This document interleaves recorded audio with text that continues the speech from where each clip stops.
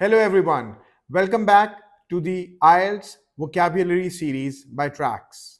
In this video, I am going to again teach you 3 new words which you can use in your IELTS speaking section or writing section. The first word is coterie, Coterie, which means an exclusive group.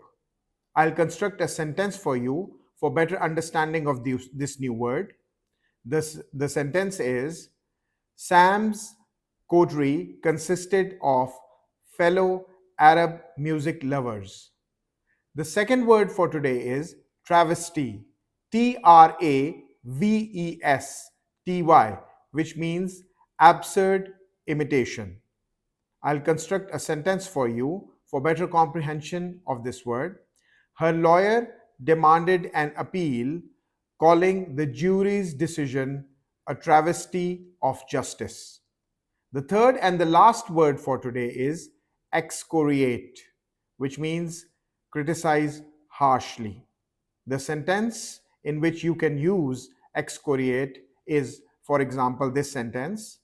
The coach was excoriated by the media for his behavior during the last minutes of the game. Thank you very much for watching this video. Stay tuned for more and join Tracks.